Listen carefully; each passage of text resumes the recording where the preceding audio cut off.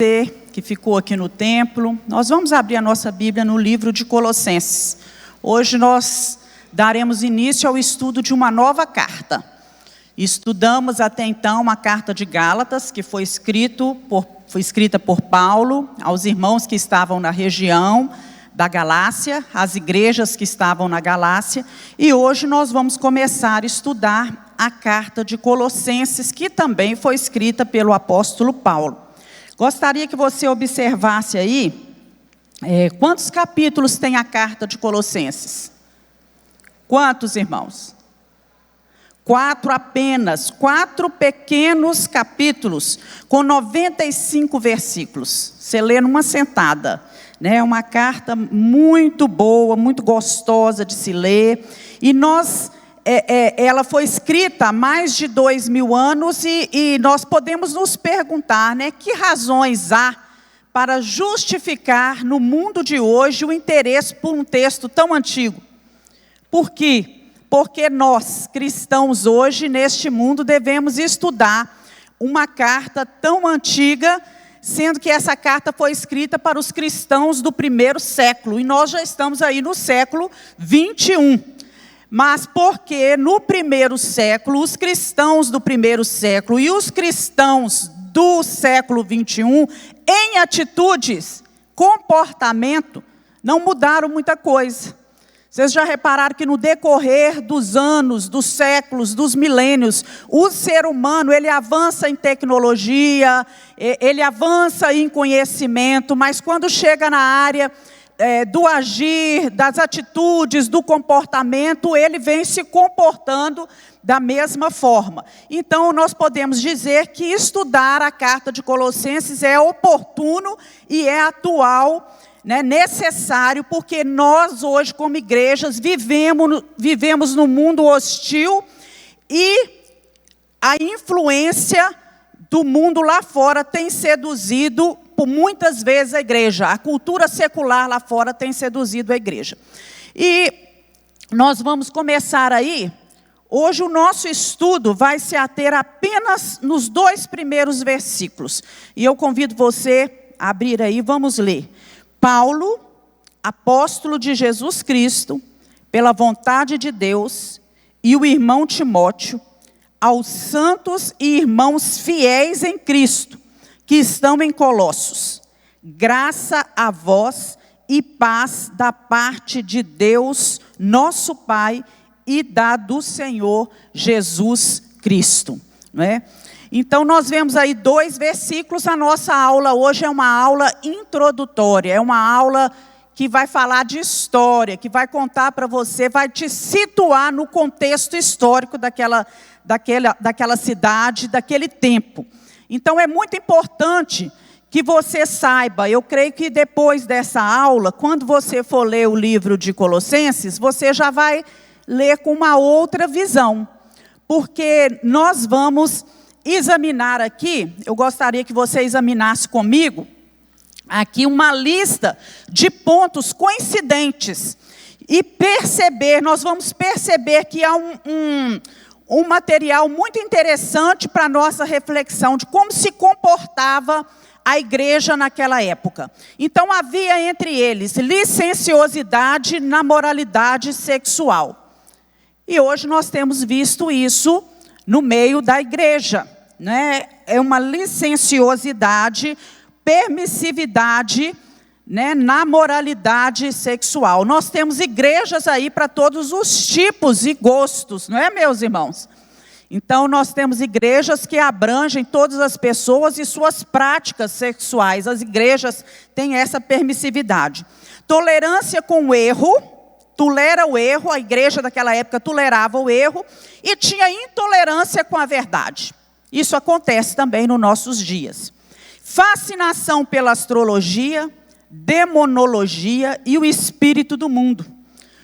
Quantos hoje nós não encontramos que não saem de casa sem ler um horóscopo, que levam a sua vida guiada pelo que os astros dizem? Quanta atração, principalmente de jovens e adolescentes, pelas coisas que estão relacionadas ao satanismo, aos demônios, não é?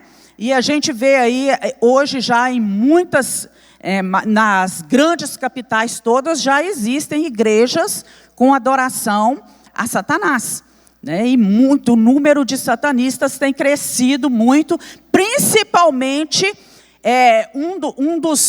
eu estava lendo uma pesquisa, os sites, em relação a demônios, ao diabo, essas questões todas, é uma das coisas mais pesquisadas na internet.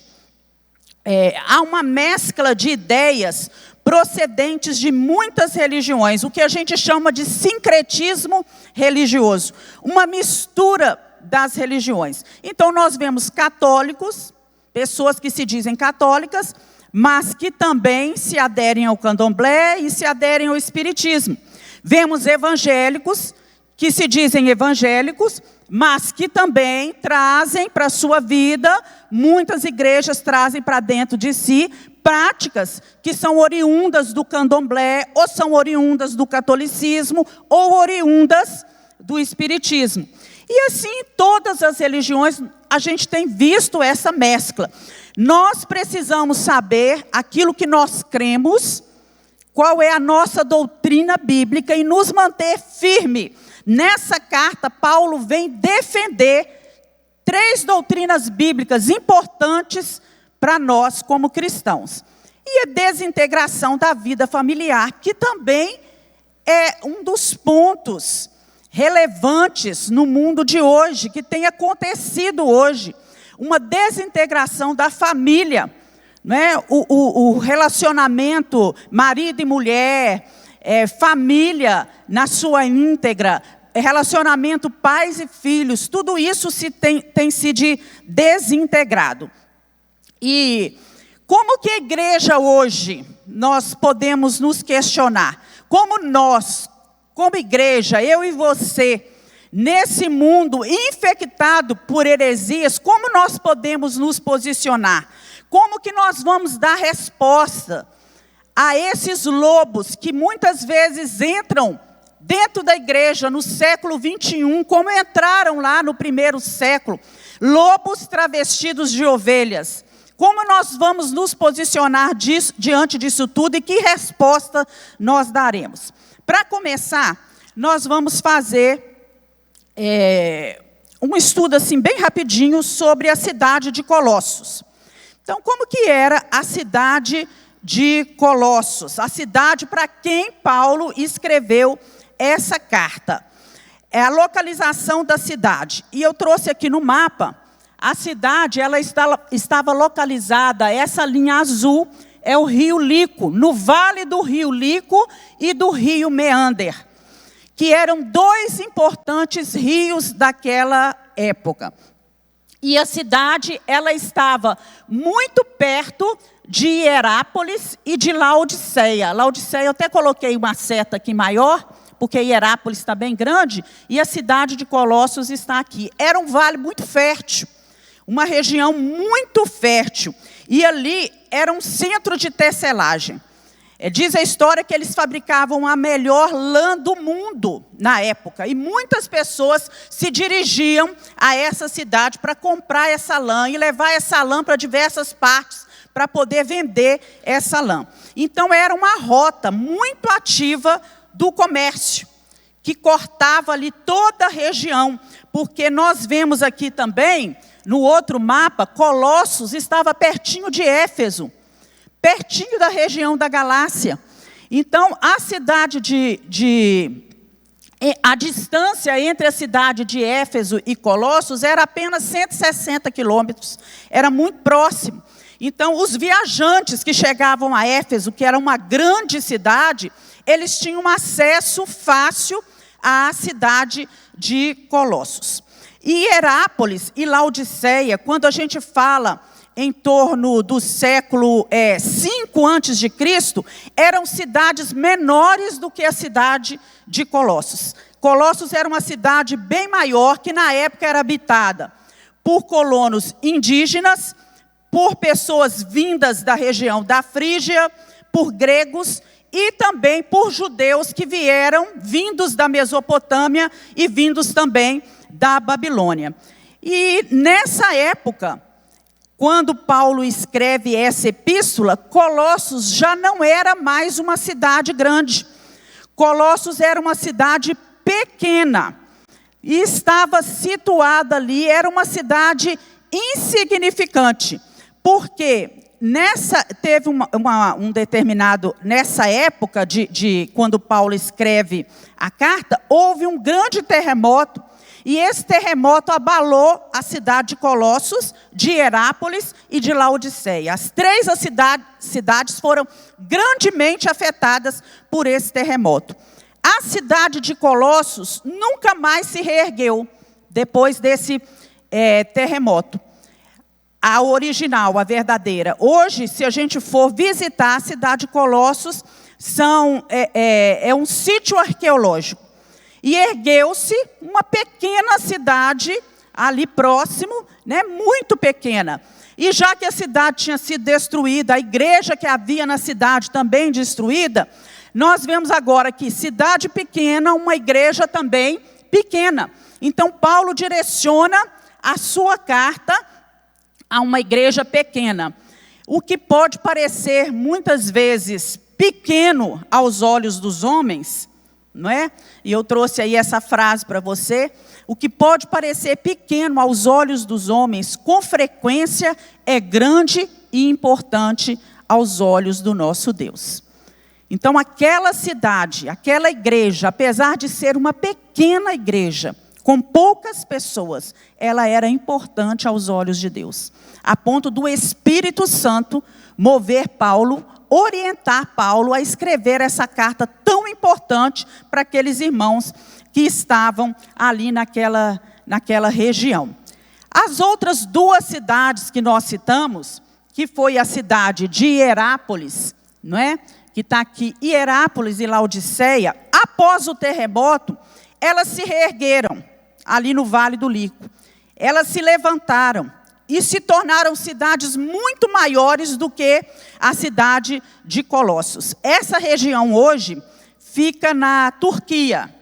A cidade de Hierápolis e a cidade de Laodiceia ainda existem, são importantes centros turísticos, fica na parte da Turquia asiática, porque a Turquia, uma parte dela está na Ásia e uma parte da Turquia está na Europa. Então, na Turquia asiática está localizada a cidade de Laodiceia e a cidade de Hierápolis. Laodiceia, na época, era um importante centro médico e bancário, era uma região muito rica. As pessoas iam para lá, digamos assim, que era um grande centro avançado na medicina, né, nessa área de transações comerciais, e as pessoas se dirigiam a essa cidade, que também era avançada na indústria têxtil, e nela havia teatros, havia, como que diz, ginásios, né, completos para realizar jogos, com saunas, né, tudo muito, muito moderno para a época.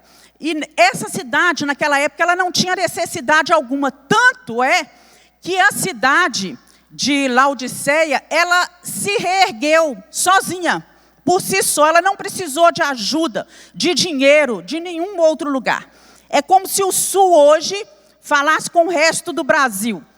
Não precisam mandar nada, nós podemos nos reerguer dessa catástrofe que nos aconteceu, né? Mas nós sabemos que não é assim, o Brasil inteiro está se movimentando para ajudar o Sul a se levantar. Mas Laodiceia fez isso.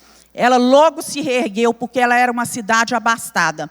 E Hierápolis era a cidade de saúde, porque ela tinha fontes termais. E muitos lugares, águas quentes, né? Uma coisa maravilhosa. Quem tiver a oportunidade de visitar Hierápolis, é um lugar que merece ser visitada, com as suas águas, não é, azuis, transparentes e quentes. Então, ainda hoje, Hierápolis é um lugar com muitos spas, né, digamos assim, muitos lugares onde as pessoas vão para tomar os banhos, diferentes tipos de banho, para se recuperar na área da saúde. Quem escreveu a carta, vamos ver aqui, Quem escreveu a carta foi Paulo. E eu gostaria que você observasse aí, no capítulo 1, como ele começa essa carta. Paulo, ele coloca seu nome primeiro. Então, ele já diz logo, sou eu, Paulo, apóstolo de Jesus Cristo, pela vontade de quem? Quem escolheu Paulo? Deus. Ele deixa claro, não fui eu que escolhi. Foi Deus que me escolheu, pela vontade de Deus, e o irmão Timóteo. Não é? Então, Paulo deixa claro aqui, ele põe o seu nome no início, como era costume daquela época, para que quando as pessoas já pegassem aquela carta, é o apóstolo Paulo quem está mandando. E o apóstolo Paulo é um homem de autoridade, e a autoridade não estava contida no nome de Paulo. Sou eu, Paulo. A autoridade, ele deixa claro aqui, na expressão, eu sou um apóstolo de quem? De Jesus Cristo. Eu sou um apóstolo, um representante, comissionado, para atuar em nome de uma pessoa poderosa. Eu sou um apóstolo de Jesus Cristo. E eu sou escolhido por Deus. Eu sou um embaixador desse Jesus Cristo glorificado. A minha comissão, o meu chamado é divino. Foi pela vontade divina que eu fui chamada. E ele cita o irmão Timóteo. O Timóteo era um companheiro de confiança, um cooperador no ministério de Paulo. Se você abrir sua Bíblia, e você que está com a Bíblia aí na mão, abre lá em 1 Coríntios 4:17. Olha só, Paulo falando para os coríntios, ele diz assim: por esta causa vos enviei Timóteo, que é meu filho amado e fiel no Senhor, o qual vos lembrará os meus caminhos em Cristo, como por toda parte ensino em cada igreja. Paulo enviando Timóteo à igreja de Corintos, ele fala que ele era quem? Um filho amado, era filho na fé, não é? E era fiel ao Senhor. Depois, em Filipenses 2, do versículo 19 a 23, quando ele vai escrever para os filipenses, ele fala: e espero no Senhor Jesus, que em breve vos mandarei Timóteo, para que também eu esteja de bom ânimo, sabendo dos vossos negócios, porque a ninguém tenho de igual sentimento, que sinceramente cuide do vosso estado. Quer dizer, eu não tenho confiança tão grande em outra pessoa como eu tenho em Timóteo, que ele vai cuidar de vocês. Depois ele escreve também aos Tessalonicenses, 1 Tessalonicenses 3:2, e ele diz assim: enviamos Timóteo, nosso irmão, ministro de Deus, nosso cooperador no Evangelho de Cristo, para vos confortar e vos exortar acerca da vossa fé. Então, Timóteo era aquele irmão chegado, bem próximo, né, de Paulo, a quem Paulo confiava as igrejas as quais ele havia fundado e que ele amava. E quando ele escreveu essa carta, o apóstolo Paulo, ele estava preso numa casa alugada em Roma. Ele estava preso em Roma, sob a custódia do imperador Nero. Nero havia mandado prender Paulo e ele pôde alugar uma casa, ficou em prisão domiciliar. Dessa primeira prisão, em Roma, Paulo escreveu o livro de Efésios, o livro de Filipenses, o livro de Colossenses e o livro de Filemão. Quando ele estava preso a primeira vez em Roma, ele escreveu esses 4 livros. E nós vemos que Paulo, esse apóstolo de Jesus Cristo, ele é um homem que, para nós, ele tem uma relevância muito importante, os seus ensinos também. Das 27 cartas, livros do Novo Testamento, ele escreveu 13. Olha só, ele escreveu 13 dos livros do Novo Testamento. E não são apenas obras bonitas, com uma linguagem bonita, não. São cartas profundas e inspiradas pelo Espírito Santo de Deus. Então, Paulo deixa claro que ele possuía aqui autoridade.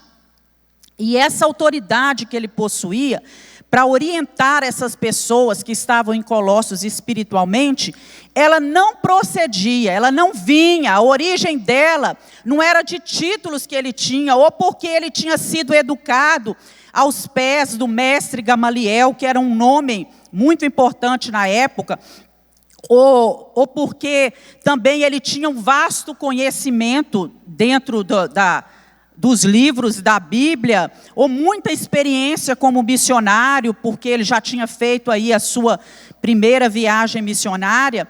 Ele deixa claro que ele era um enviado e que ele agia em nome de Deus. A autoridade que ele tinha era uma autoridade que lhe foi atribuída, foi dada por alguém e foi dada por Deus. Ele não escolheu fazer aquilo que ele fazia.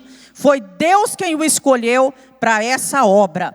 E aleluias, né? A autoridade que você tem, meu irmão, para falar da palavra de Deus, para levar a palavra de Deus, foi Deus quem te deu, porque Ele te escolheu e Ele te chamou. Ide e pregai o evangelho a toda criatura. Muitos ficam temerosos, receosos de levar essa palavra, mas nós temos autoridade no nome de Jesus, porque nós fomos escolhidos e fomos enviados. A ordem já foi dada a cada um de nós. Basta que a gente abra a boca, tenha conhecimento da palavra para falar, para afirmar a nossa fé e levar a mensagem a outras pessoas. E quem estava lá presente com ele também nessa prisão em Roma, né, que tinha ido lá, foi Tíquico, e foi o mensageiro que foi até a cidade de Colossos levar essa carta para Paulo. A carta tinha 2 propósitos. O primeiro propósito era elogiar os cristãos que estavam em Colossos pelo crescimento espiritual. Porque Paulo conhecia a importância do encorajamento. Então, Paulo deixa aqui um legado muito importante para nós. Paulo sempre começa as cartas dele realçando, reafirmando os pontos fortes das pessoas para as quais ele escrevia. Nós precisamos aprender o quanto encorajar é importante. Encorajar o filho, encorajar o cônjuge, encorajar o amigo, encorajar o irmão da igreja, trazer palavras boas, palavras que criam ânimo, palavras que levantam uma pessoa. Isso é muito importante. Então ele não desperdiçava nenhuma oportunidade para elogiar as pessoas e encorajar as pessoas a prosseguir firme na fé. Então fica uma mensagem para nós: encoraje sua família, encoraje seu amigo. Você pode dizer isso para quem está do seu lado? Seja alguém que encoraje os outros, né? Nós temos muita tendência de criticar, não é, meus irmãos? Às vezes somos prontos para criticar, mas precisamos aprender a encorajar as pessoas. E o outro propósito era alertar sobre o perigo das heresias. Então, esse misticismo sincrético que estava entrando na igreja, o legalismo, o asceticismo, as pessoas estavam ascéticas, não acreditavam em mais nada, tudo isso estava pervertendo a sã doutrina. E quais as doutrinas estavam sendo pervertidas com essas pessoas que estavam entrando? Primeira doutrina, a doutrina da criação. Nós, como os cristãos, nós temos o nosso credo apostólico, aquilo que nós cremos. E uma coisa que nós cremos é que Deus é o criador de todas as coisas. Deus criou o mundo, amém, meus irmãos? Nós não temos dúvida disso, não é? Darwinismo, criacionismo, tudo isso aí para a gente fica ali. Nós cremos num Deus criador, num Deus que criou todas as coisas.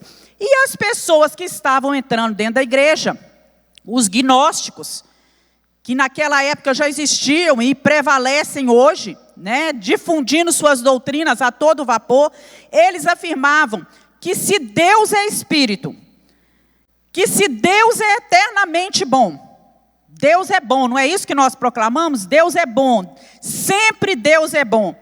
Deus jamais poderia ter criado a matéria que é essencialmente má. Então, consequentemente, Deus não é o criador do mundo. Porque Deus jamais, sendo um Deus bom, sendo um espírito bom, ele poderia ter criado a matéria que é má. Então, as emanações que vinham de Deus, os seres espirituais, os anjos, outras criaturas haviam criado o mundo. E muitas pessoas que haviam se convertido estavam entrando nessa doutrina. A outra doutrina é a doutrina da encarnação de Cristo. O que eles diziam? Que se a matéria é essencialmente má, e Jesus Cristo é o Filho de Deus, então Jesus Cristo jamais poderia ter encarnado num corpo com ossos e carnes, porque isso aqui é matéria, esse corpo é mau. Então Jesus, ele não encarnou num corpo humano, ele não nasceu de uma mulher, ele não cresceu, ele não era homem, eles negavam a humanidade de Cristo. Para eles, Jesus era uma espécie de fantasma, tanto que eles chegam a citar que quando Jesus andava sobre a areia, ele não deixava marcas, seus pés não deixavam marcas. E nós não acreditamos nessa doutrina, porque nós acreditamos que Deus enviou o seu Filho, que ele nasceu da Virgem Maria, que ele foi concebido por obra do Espírito Santo, que ele se fez homem por amor a nós, aqui ele cresceu, ele se alimentou como nós, ele dormiu como nós, ele precisava tomar banho, não é? Ele adoeceu quando, se foi o caso, como ser humano, e ele passou por todos os processos que nós, seres humanos, passamos nessa vida. Então, essa doutrina também estava entrando dentro da igreja e Paulo precisava refutar essa doutrina. E a outra doutrina era a doutrina da santificação, que eles refutavam da seguinte forma: se a matéria é má, se esse corpo meu é mau, e eu tenho dentro de mim um espírito que é bom, tudo que eu fizer com esse corpo mau é permitido, não tem problema, porque esse corpo é mau. Então, eu posso usar esse corpo para fazer qualquer coisa. E aí, disso, vocês imaginam o que não vinha. Toda permissividade, toda licenciosidade era permitida com o corpo. E não é isso que nós aprendemos. Há uma doutrina da santificação para nós cristãos.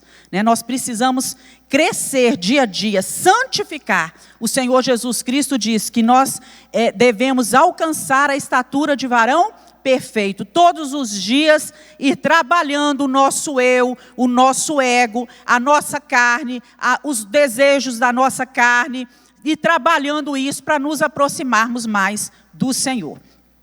Quando que essa carta foi escrita? Ela foi escrita quando Epáfras, que provavelmente, segundo os teólogos, os historiadores, foi um dos discípulos de Paulo, que havia se convertido provavelmente na cidade de Éfeso.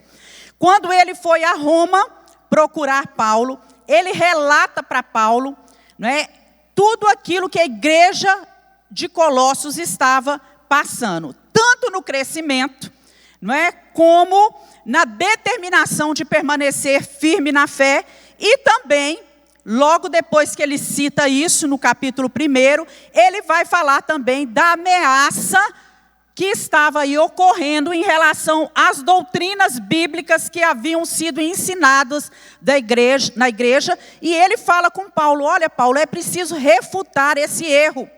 É preciso fazer alguma coisa. E Paulo senta e escreve a carta baseado naquilo que Epáfras já havia falado para ele. Que a igreja em Colossos era uma igreja ameaçada, junto com a cidade tinha desaparecido, a igreja também diminuiu em tamanho, Isso não quer dizer que a igreja era fracassada, porque ela era uma igreja pequena, mas que ela enfrentava muitas lutas, muitas dificuldades, e que Paulo precisava realmente tomar uma providência em relação àquilo. Então, a igreja, ela não foi fundada por Paulo. Vamos ver aí, ela foi fundada por Epáfras. Paulo nem chegou a visitar a igreja em Colossos. Ele não foi a Colossos, segundo a palavra de Deus. Ele fala lá no versículo 1, 4, aqui desse mesmo, que ele ouviu da fé deles. No capítulo 2, versículo 1, ele fala que eles não viram o seu rosto, que eles não tinham visto o seu rosto em carne. Quer dizer, era uma igreja em que Paulo não tinha colocado seus pés, mas Paulo tinha um amor enorme por aquela igreja.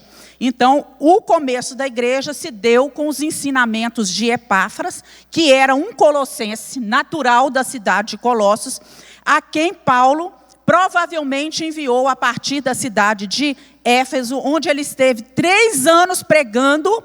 E você imagina quantas almas não se converteram nesses 3 anos em Éfeso, não é? E Paulo envia Epáfras a partir dali, porque a partir de Éfeso, o evangelho se espalhou para muitas regiões.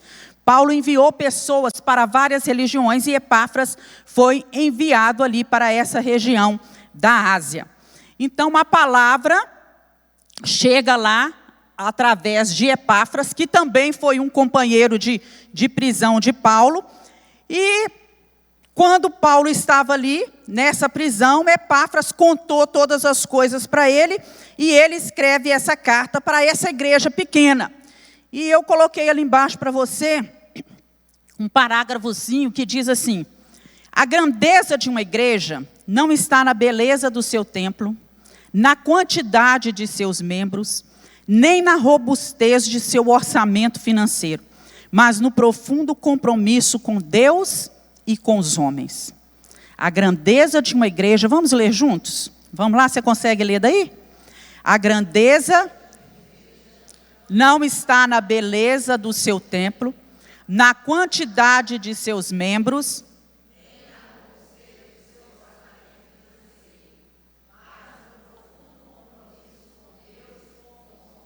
em toda a Europa, nós vemos igrejas magníficas, belíssimas, grandiosas, sem ninguém dentro. Várias partes do mundo, que você visita, você vê igrejas suntuosas, templos grandes, mas vazios, quase sem ninguém, que são locados para outros empreendimentos, outras coisas, porque os membros não dão valor, não vão, não participam, não tem mais quem serve a Deus nessas igrejas. Então, a beleza de uma igreja, a grandeza de uma igreja não está na beleza do seu templo. Nós temos uma bela igreja, não temos, meus irmãos? Temos uma igreja bonita, confortável, mas a grandeza da nossa igreja não está nisso, nem bancos estofados, nem ar-condicionado. Você pode dizer amém? Não está nisso. Isso tudo é obra de Deus, é cuidado de Deus, né? Eu me lembro de Davi. Davi morava num palácio muito lindo, suntuoso. O palácio de Davi era maravilhoso. De repente, uma ideia, um estalo. Eu, um homem, moro num palácio. E o meu Deus até hoje, Ele habita em tendas. Eu vou construir uma casa para Deus. E Davi chama o profeta, conta para ele o desejo dele construir uma casa para o Senhor. É uma das histórias que mais me emociona na Bíblia, é essa. Eu vou construir uma casa para o Senhor. E Deus ouve aquilo, Deus vê o desejo do coração de Davi. E o Senhor fala com o profeta: olha, vai lá e fala com ele, que aquilo que ele pensou, por ele ter pensado em mim, porque até hoje, olha o decorrer da história, até hoje ninguém pensou em construir uma casa para mim. Mas por ele ter pensado em mim, ele vai construir essa casa, mas não ele, essa casa será construída, o filho dele vai construir. Porque ele é um homem sanguinário, um homem de muitas guerras, já derramou muito sangue. O filho dele vai construir essa casa. Mas que por ele ter pensado nisso, o meu coração está junto com o coração dele. Então jamais vai faltar na descendência do trono um descendente de Davi, até chegar a Jesus Cristo. E nós vemos que lá no reino de Judá, que era o reino do sul, todos os reis que passaram, que assumiram o trono, foram descendentes diretos do rei Davi, até chegar no rei dos reis, que é Jesus Cristo. Aleluias, louvado seja Deus. Deus se agradou disso. E o templo foi construído. Diz a palavra que Davi convocou o povo. É aquele texto que a gente lê lá de Crônicas, maravilhoso, 29, né? Que o Senhor, a Ele toda a honra, toda a glória, todo o poder, toda a majestade. Quem é esse povo para que tivesse o privilégio, para ter o privilégio de trazer essas ofertas para o Senhor? Eu do meu próprio bolso. E Davi juntou tudo o que o filho dele precisava para construir aquele templo. E o templo foi construído, maravilhoso, suntuoso. Porque tem algumas pessoas, irmãos, por que eu estou citando isso? Porque algumas pessoas criticam, não é? Acham que uma casa de Deus tem que ser uns bancos duros, um chão de cimento, ou põe qualquer coisa no chão, qualquer tipo de iluminação. E para Deus nós podemos dar o nosso melhor. Deus se agradou do que Davi fez. E não compara o templo que Davi ergueu com esse templo aqui na Moriá. Quem dera nós pudéssemos fazer muito melhor e maior para o nosso Deus, não é? Porque Deus merece ser adorado num lugar agradável, onde as pessoas se sintam bem. Não está na quantidade dos seus membros, nem na robustez do seu orçamento financeiro. Essa igreja é uma igreja rica. Eu já sei, muitas pessoas às vezes já comentaram, eu tenho vergonha de ir naquela igreja que é uma igreja rica. Eu falo assim, mas é um absurdo você pensar assim. A igreja, ela é formada de gente de todas as classes sociais. Gente que veio, né, de vários lugares, de todos os bairros dessa cidade. Gente de todas as cores, não é, meus irmãos? Nós temos gente aqui totalmente diferente. Então, gente que tem condição financeira boa, mas gente também que às vezes depende de uma cesta básica. Nós temos tudo isso dentro da igreja.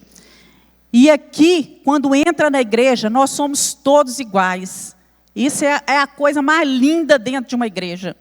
Aquele que é um juiz, que é um doutor, né, que é um advogado, que é um promotor, dentro da igreja, todos nós somos igualados, não é? Nós somos iguais diante de Deus, porque Deus não olha para nós conforme o nosso porte físico, conforme a nossa situação financeira. Deus não olha para nós olhando a conta, o dinheiro que nós temos no banco. Deus não está interessado nisso. Deus está interessado num profundo compromisso, num coração que alegra o coração de Deus. É isso que Deus está buscando. Seja a pessoa rica ou não, seja a pessoa pobre ou não, não é? De qualquer condição, Deus olha para cada um com um olhar de amor, de bondade e de misericórdia. Muitos pensam que essa igreja sempre foi assim, não. Essa igreja começou pequena, não é não, Alceni? Alceni está aí de prova, né? Numa garagem de bicicleta. A Alceni lembra, né? Mamãe também lembra, estava presente nessa época.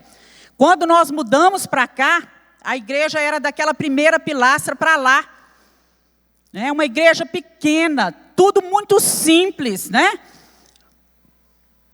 Era o que havia condições de ser feita na época, né? Pessoas simples, não tinha gente rica, ninguém na igreja. E os homens dessa igreja eram homens que tinham compromisso com Deus, que amavam a Deus, honravam a Deus, e que chegava sexta-feira, Gilmar, você sabe que sexta-feira é dia de pagar pedreiro, né? Naquela época, hoje você contrata uma construtora e tudo mais, é difícil quem constrói uma coisa pagando pedreiro semanalmente. Geralmente são as construtoras. Mas quando chegava sexta-feira, dia de pagar, as pessoas se reuniam e falavam assim, olha, nós temos que pagar tanto. Nós temos tanto no caixa da igreja, como é que vai ser o restante? Aí um falava, eu dou tanto, né? Posso dar tanto, eu posso dar tanto, eu posso dar tanto. Pagava-se a conta da semana. Eu sou testemunha disso e a Alceni também. Muitas vezes participei disso, né? E essa igreja foi construída assim. Não veio dinheiro de ONG, não veio dinheiro de governo, veio dos dízimos e das ofertas. Nós construímos, estendemos para cá, construímos a sede administrativa com os dízimos e ofertas que eram trazidas pelas pessoas, pelos membros da igreja para a construção da igreja. Você pode dizer amém? Foi assim, né? A única oferta que foi pedida vocês aqui, os que estão aqui mais tempo, foi quando nós fomos fazer esses bancos. Inesquecível, cada banco desse custou R$1.000, não dá para esquecer. Não esqueço o testemunho do Jota. O Jota contou aqui o testemunho dele, né? Que estava com dinheiro separado para comprar um carro. E ele falou, não, mas eu vou tirar desse dinheiro e eu vou dar R$1.000, porque pela fé eu proclamo que a minha família toda vai sentar no banco dessa igreja, né? E quando ele chegou lá na concessionária para comprar o carro, eles deram a ele o desconto de R$1.000, né? Deram o desconto de R$1.000. E assim foram vários, né? Vários testemunhos de Deus honrando. Então, quem não podia comprar um banco com R$1.000, comprava um lugar de R$100, que cabe 10, né? E assim foi, né? Eu sei que foi igual no tabernáculo, tá? Por fim, nós falamos, irmãos, já deu para pagar o banco, deu para fazer esse negócio aqui, aquela mesa da ceia, deu para fazer os gasofilaços, está tudo muito bom, né? Já pagamos os bancos, as ofertas cessaram. Louvado seja Deus por isso. Toda glória, toda honra seja dada ao nome do nosso Senhor. Então, meus irmãos, né, nós vimos aí, né, essas heresias que rondavam a igreja, e para esclarecer um pouco mais sobre isso, né, eu coloquei uma foto ali, eu gosto muito dessa foto, e essa foto nos mostra, né, esse caixote sendo uma heresia, e que a pessoa vai atrás de heresias, e quando ela vê, ela está o quê? Caiu numa armadilha, está preso, não é? Então nós precisamos tomar cuidado. A igreja na época era formada de pessoas egressas do paganismo, pessoas que vinham do judaísmo, e dessa mistura do judaísmo, não é, com o paganismo, surgiu a heresia de Colossos. Era um sincretismo judaico-gnóstico. Misturava o judaísmo com o gnosticismo, misturava o legalismo do judaísmo com uma filosofia pagã. Né? O gnosticismo é uma filosofia. Então, o que o gnosticismo falava? Está ali, né? O gnosticismo, com as suas especulações filosóficas, eles proclamavam que a salvação, ela podia ser obtida através do conhecimento em vez da fé. Se você tiver muito conhecimento, você é salvo. A salvação não é pela fé. E quando Martinho Lutero, lendo o livro de Romanos e o livro de Gálatas, fica impressionado com o que esses livros falavam, né, sobre o processo da justificação pela fé, ele se levanta e prega lá na porta da igreja de Wittenberg, né, as 95 teses. A maior que ele fala era que a salvação era pela fé, era de graça. A igreja católica naquela época, ela vendia indulgências, e Martinho Lutero não aceitava aquilo. Ninguém precisa comprar um terreno no céu, ninguém precisa pagar para que a sua família seja salva, para que ele seja salvo, porque era assim, aqueles que tinham muito dinheiro estavam salvos. O pai pagava para ele, pagava para a mulher, pagava para os filhos todos, pagava, né? Você imagina que confusão não era? Todo mundo querendo que um parente rico pagasse um lugar para ele no céu? Eles pagavam para um parente dele ser tirado, né, transportado de um lugar em que estava, do outro lado da vida para o outro lugar. Martinho Lutero descobriu, pela palavra, na leitura da palavra, que aquilo não estava de acordo, não é? E aqui também nós vemos, né, nós acreditamos na doutrina, justificação é pela fé, nós acreditamos assim, e as pessoas que estavam dentro da igreja estavam começando a acreditar de um modo diferente que Paulo tinha ensinado. Nós somos salvos pela fé, não por obras, para que ninguém se glorie, não é? Então essas pessoas acreditavam que era por meio do conhecimento, e esse conhecimento era um conhecimento esotérico, e ele só podia ser adquirido por aqueles que tinham sido iniciados na filosofia gnóstica.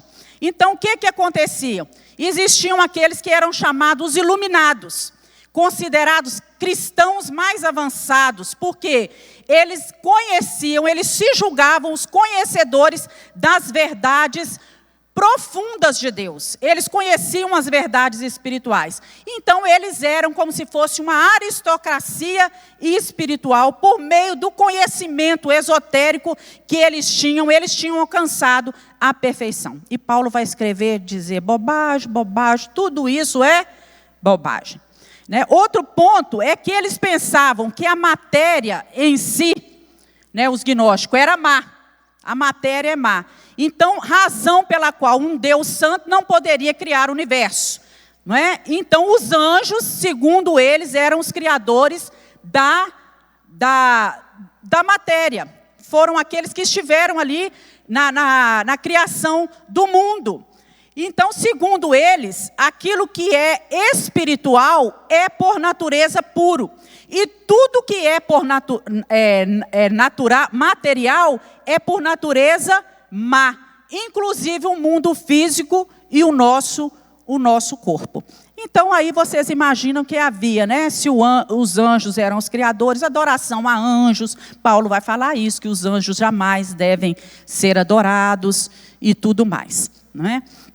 Havia também dentro da igreja a influência dos judaizantes, aqueles que estavam vindo do judaísmo.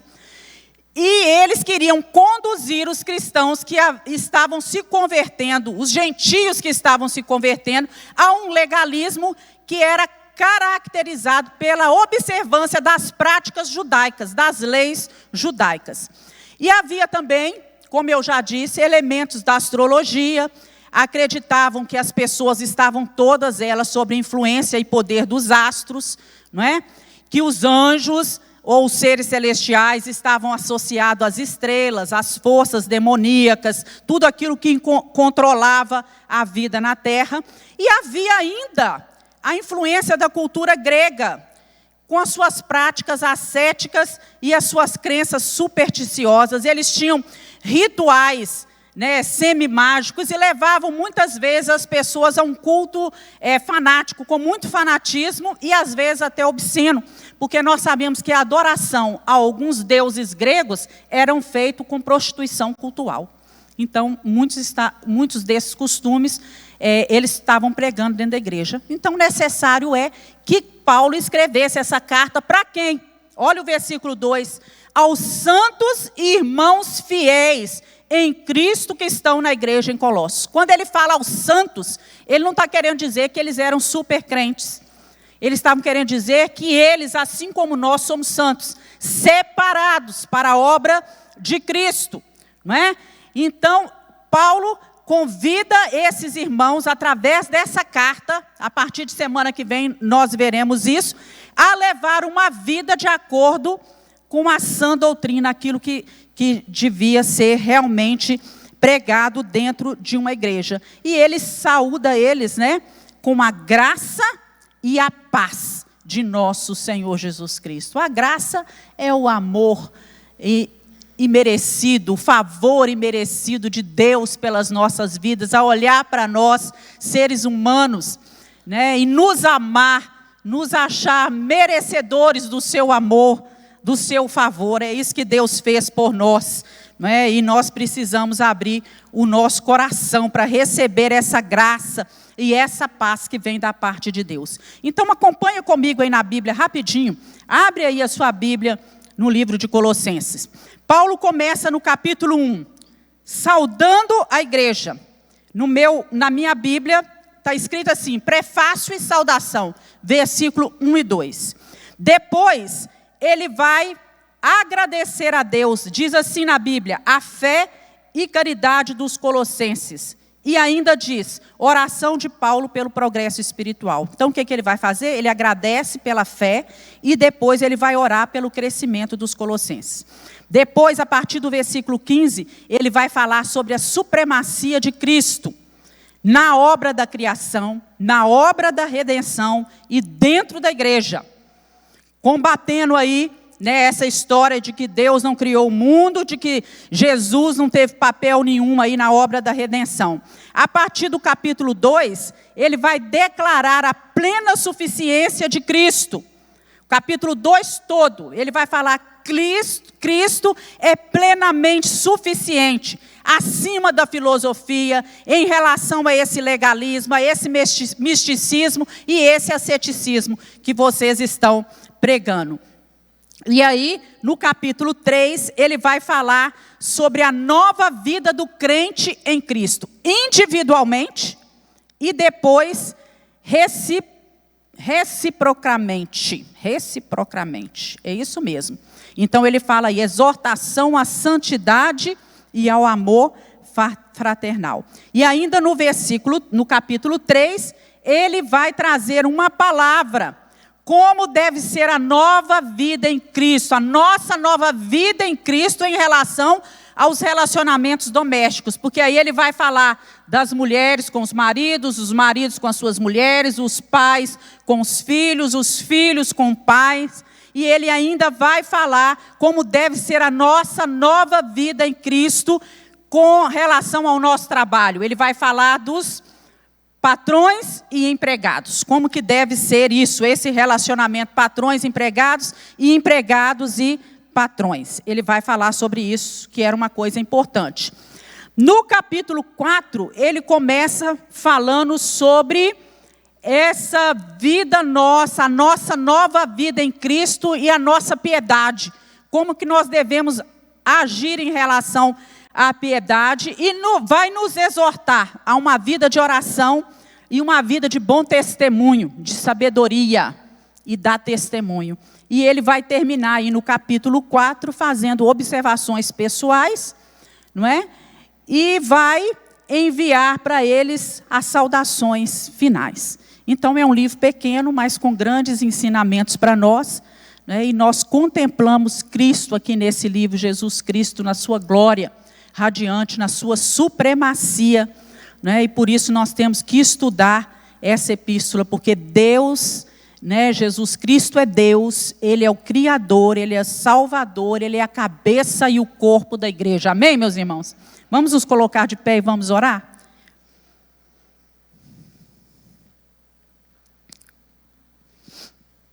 Gostaria que você colocasse, né, a sua vida nas mãos do Senhor e que você pedisse a Deus, né, entendimento, todas as vezes que você for ler a palavra, que Deus te revele as coisas que estão contidas na sua palavra.